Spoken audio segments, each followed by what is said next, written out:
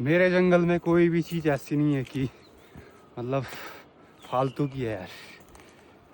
देखो इधर जैसे ये हो गया, ये पशुओं के नीचे के काम आता है। देखो हल्की हल्की घास है, ये भी पशुओं के काम आती है। और इधर देखो ब्रांच का पेड़ है।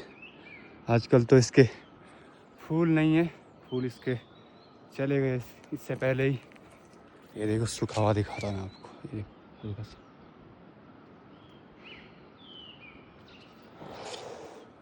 ये देखो यार कितना सुकून है।